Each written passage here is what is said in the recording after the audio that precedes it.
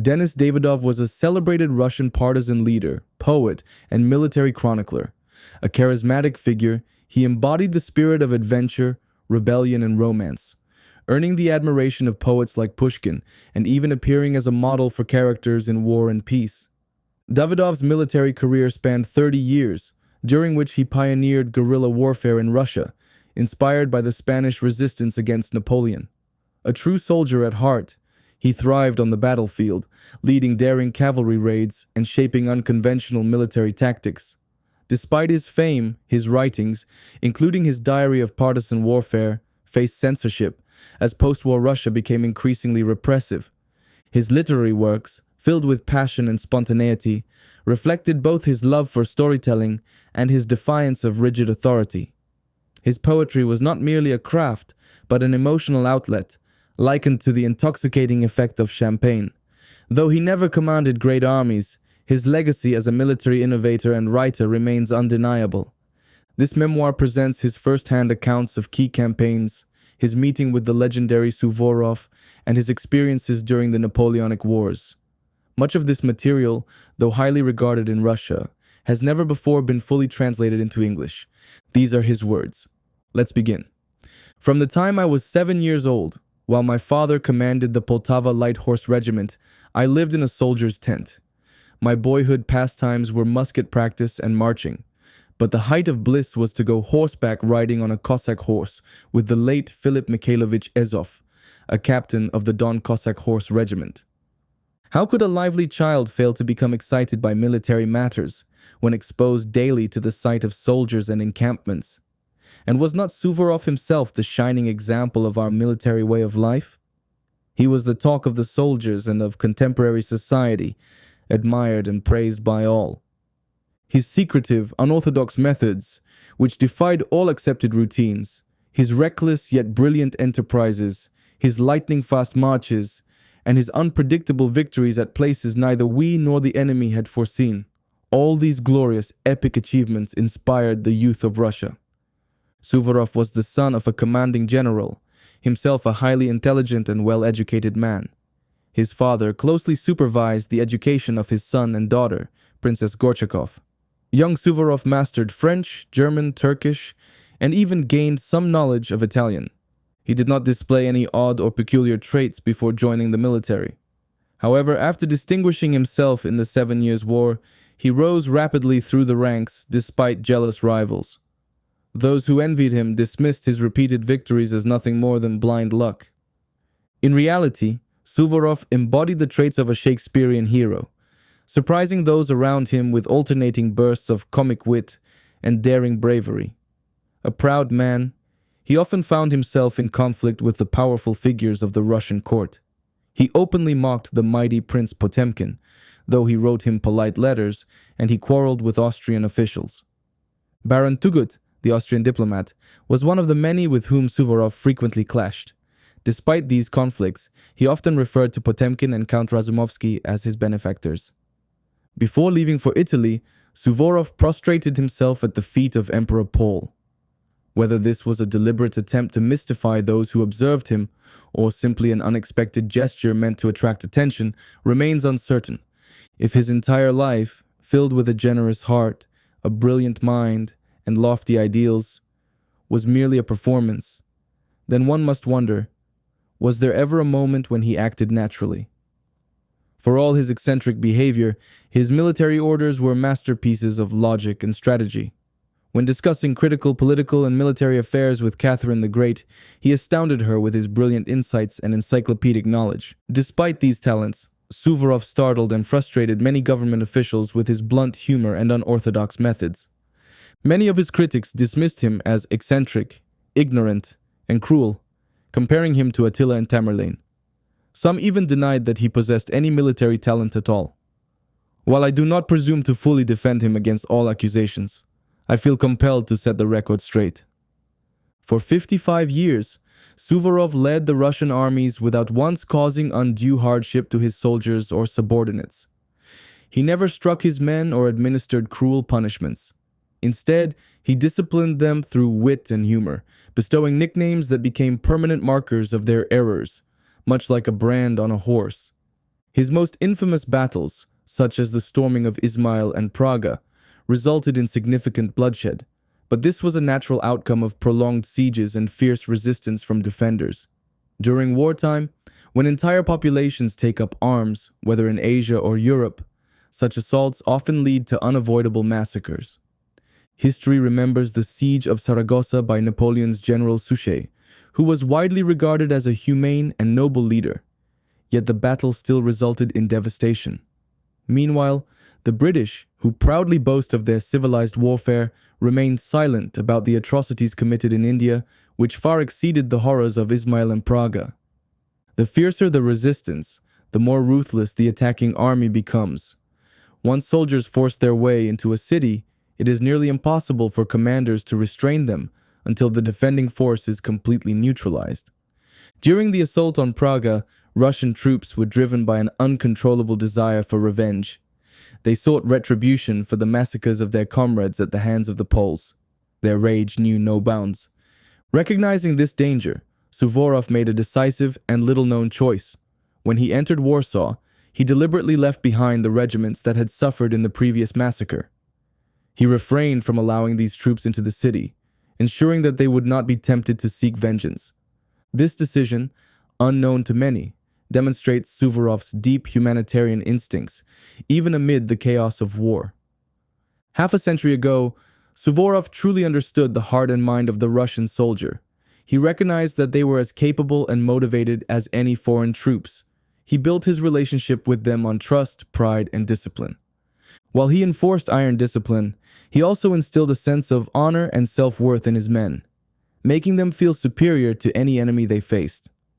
Unlike commanders who preferred grand speeches and empty rhetoric, Suvorov lived among his soldiers. His simplicity and camaraderie won their loyalty and admiration.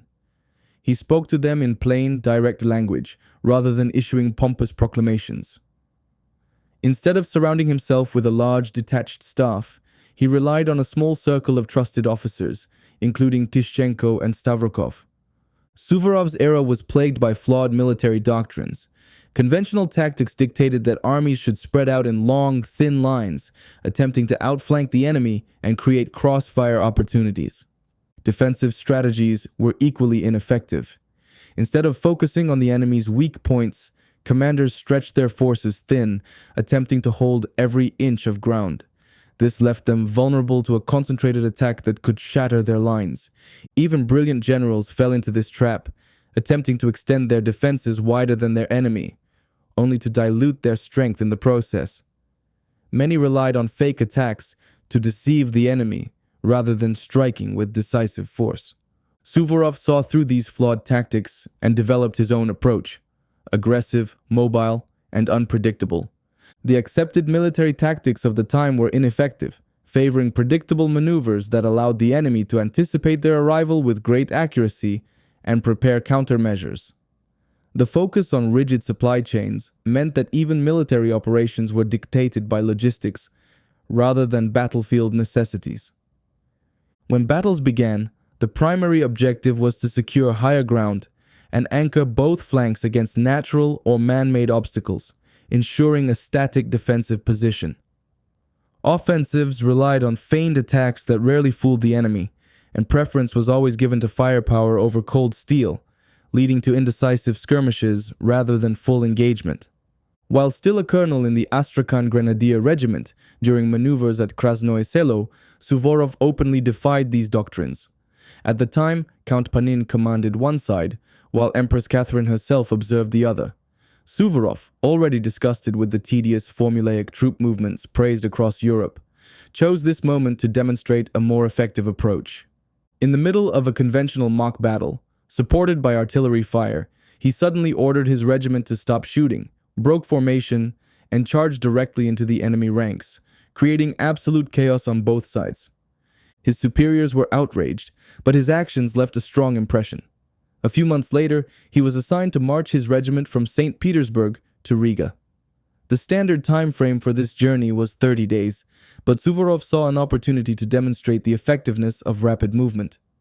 By loading the regimental standard and treasury onto horse-drawn carriages, he reached Riga in only 8 days. stunning the military high command. The rest of his regiment followed in 14 days, cutting the expected time in half. When the War College received word of his early arrival, they were left speechless. Only Catherine the Great seemed to understand his brilliance. She declared, "He is my future general." With such recognition, any man would have pursued his ambitions even more fiercely. But Suvorov, with his unyielding will and bold enterprise, was destined to go much further. For the next 40 years, he rejected defensive warfare entirely and concentrated solely on the offensive. He believed in overwhelming force, using a single concentrated body of troops rather than scattered detachments. His doctrine became the new standard for victory. On the battlefield, Suvorov would first remain immobile, studying the enemy's movements, and then strike with blinding speed. His forced marches, now known as Suvorovian marches, allowed him to appear as suddenly as a blizzard in clear skies. By relying on speed and surprise, Suvorov avoided prolonged firefights. He attacked before the enemy could organize, relying on cold steel rather than opening fire, which would give away his position. His tactics were perfectly adapted to the terrain, and he focused solely on the critical point of the battle, ignoring distractions. This obsession with decisive combat extended beyond the battlefield. He despised long-winded speeches, demanding straight yes or no answers from his men. When a grenadier was asked how far it was to the nearest star, he replied, 3 Suvorov marches. Suvorov considered hesitation, timidity, and overcalculation to be the worst military sins. He fostered a spirit of boldness and determination in his troops, encouraging them to act decisively rather than wait for perfect conditions. In the final years of his career, he led Russian and Austrian forces against the French, securing victory in Italy, where rebellious factions had refused to obey legitimate authorities. His critics accused him of cruelty, but he never inflicted the suffering that the Austrians and British did, locking prisoners in filthy, disease-ridden dungeons and prison barges. His determination and single-mindedness astonished many. Having chosen his profession, he strengthened his physical stamina by continually exercising and keeping fit. At the age of 70, he still walked about 7 miles each day, ate simple food in moderate amounts, slept once a day on a bundle of fresh hay, and every morning washed himself with buckets of icy water. Suvorov dreamed only of glory, but in the purest and most elevated form. This passion engulfed everything else, so that when he was fully grown and reached the age when nature draws us more toward material than ideal considerations, he appeared as a sort of military monk.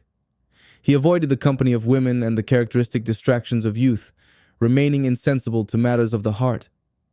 Foreseeing that the desire for worldly goods might increase with age, he renounced the cares of overseeing his estates in good time, and studiously avoided contact with the precious metal which feeds this unworthy ambition.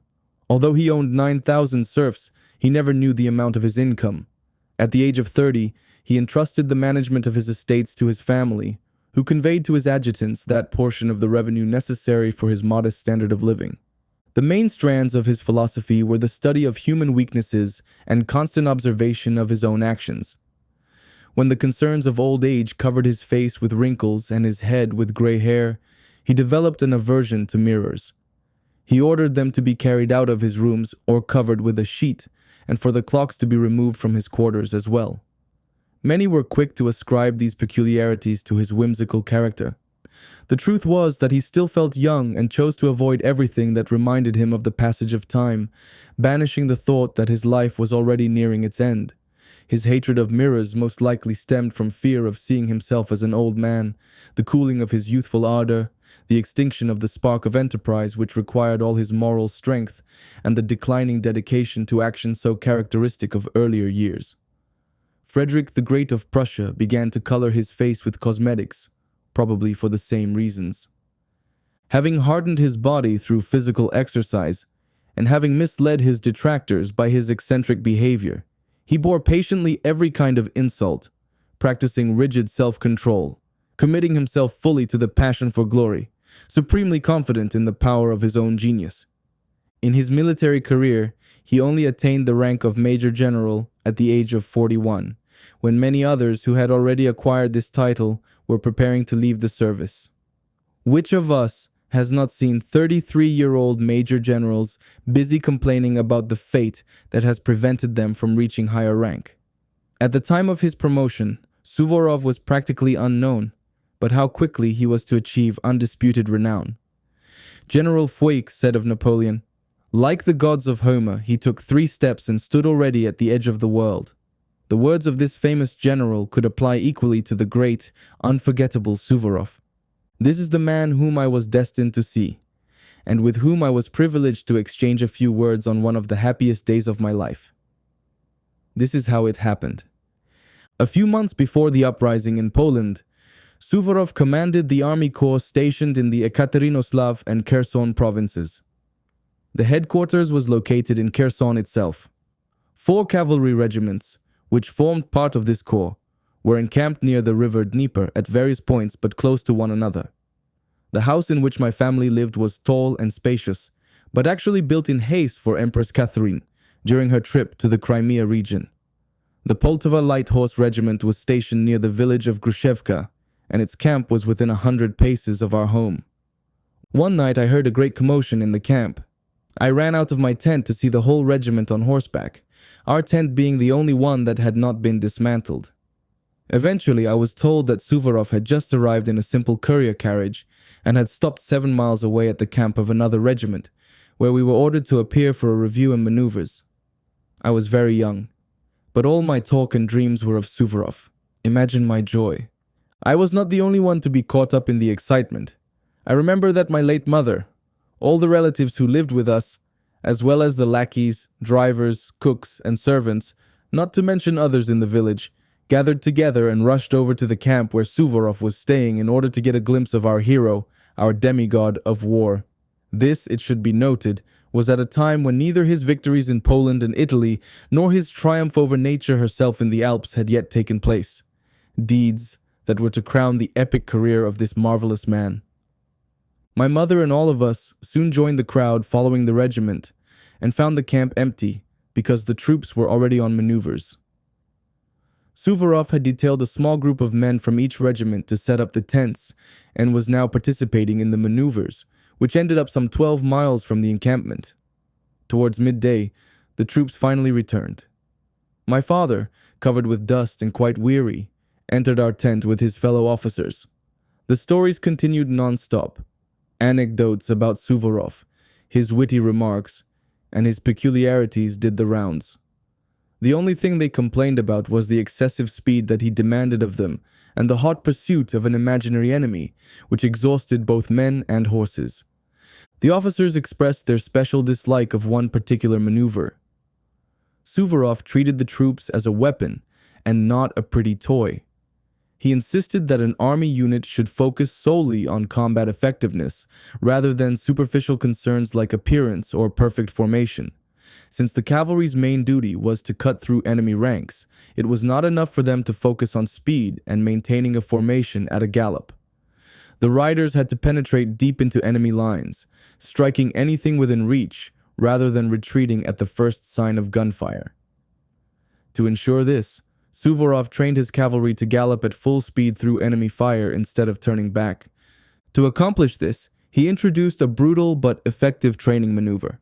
Half of the cavalry would dismount and stand in line with loaded carbines, leaving gaps wide enough for a horse to pass between them. The mounted soldiers would then charge directly through the gaps, as the dismounted men fired blank rounds at them.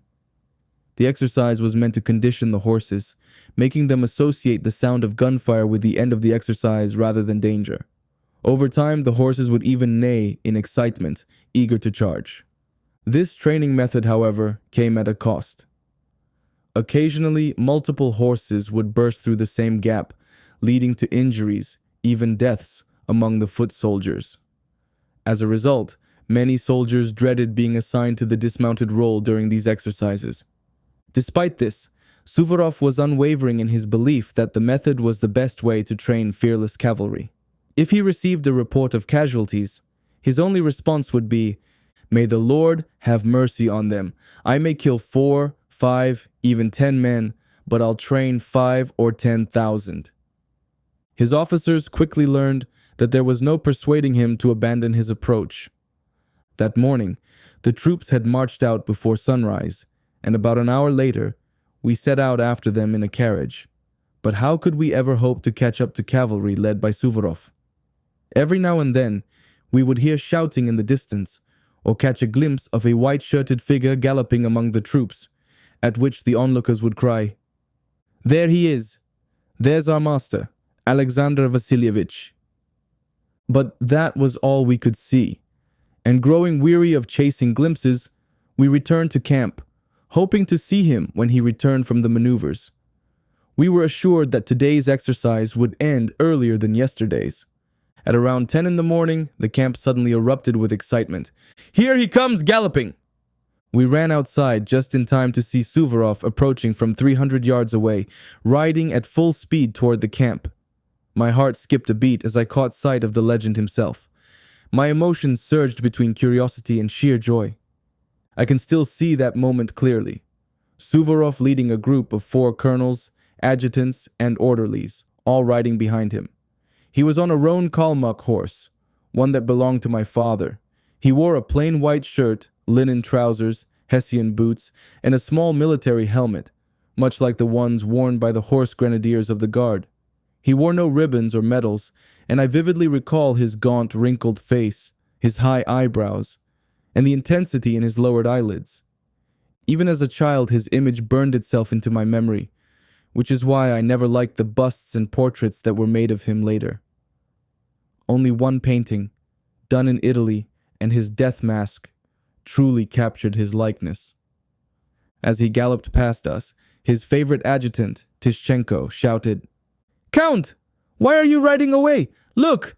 These are the children of Vasily Denisovich!" "Where are they? Where are they?" Suvorov asked. He immediately reined in his horse and turned toward us.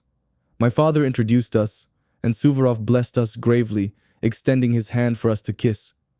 Then he looked at me and asked, "Do you love soldiers, my boy?"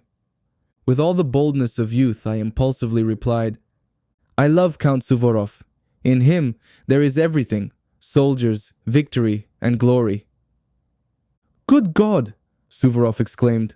"What a brave fellow. He will be an army man for sure. I shan't die before he wins 3 battles. And this one," he said, pointing to my brother, "will do well in the civil service." Then, without another word, he abruptly whipped his horse and galloped away toward his tent. As it turned out, Suvorov's prophecy was incorrect. My brother did not enter the civil service, but instead served his entire life in the army, where he fought honorably, as evidenced by the 8 wounds he received, 6 of them from bayonets in close combat. As for me, I never commanded an army or even a corps, and so I never won 3 battles. Yet the great man's words stayed with me, and when the time came, they had a magical effect on my life. 7 years later, when my father was invited to register us with the Foreign Service, his words still rang in my ears. I wanted no other career. I wanted no profession except the military. My brother, possibly perplexed by Suvorov's prediction, accepted his fate and served as a cadet in the Moscow archives of the Foreign Service, before later joining the army. That day, all the colonels and several staff officers dined at Suvorov's table.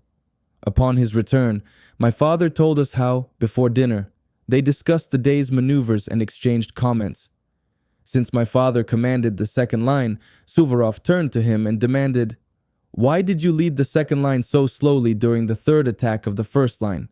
I sent you the order to pick up speed, but you continued your slow advance." Such a question from any commander could be unsettling, but from Suvorov it was especially so. My father, known for his quick wit and composure, responded without hesitation, "Because I did not see any need for it, Your Excellency."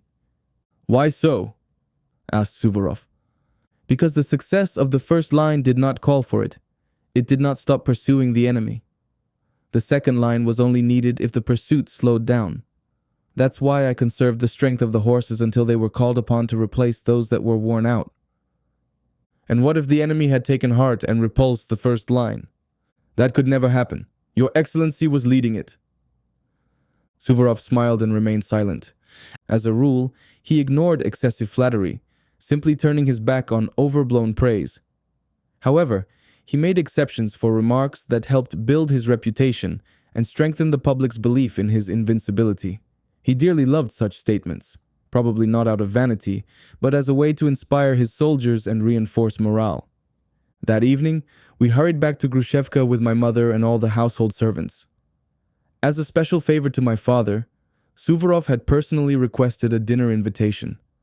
It was either during Lent or on a fasting day, and I remember the household bustling to prepare his favorite dishes. There was great excitement over receiving such a distinguished guest, ensuring that nothing disturbed his habits and routine. By 8 in the morning, everything was ready. A large round table in the salon was set with Lenten appetizers, generous-sized vodka glasses, and a decanter. In the dining room, a table with 22 settings had been prepared without unnecessary decorations. There was no centerpiece, no bowls of fruit, no china figurines, since Suvorov disliked such things. No soup plates were laid out either, as the food was meant to be served straight from the pot onto the guest's plate, just as it was done in his own quarters. In a room beyond the dining area, the servants had prepared a bathing tub with several buckets of cold water, along with clean sheets and a fresh change of clothing brought from the camp. That morning, maneuvers had ended by 7 o'clock. My father left the regiment as they marched back to camp and galloped ahead on his Circassian horse to switch mounts and arrive home before Suvorov. However, halfway between the camp and Grushevka, he spotted 2 horsemen galloping at full speed toward our home. One of them, slightly ahead, was Suvorov himself.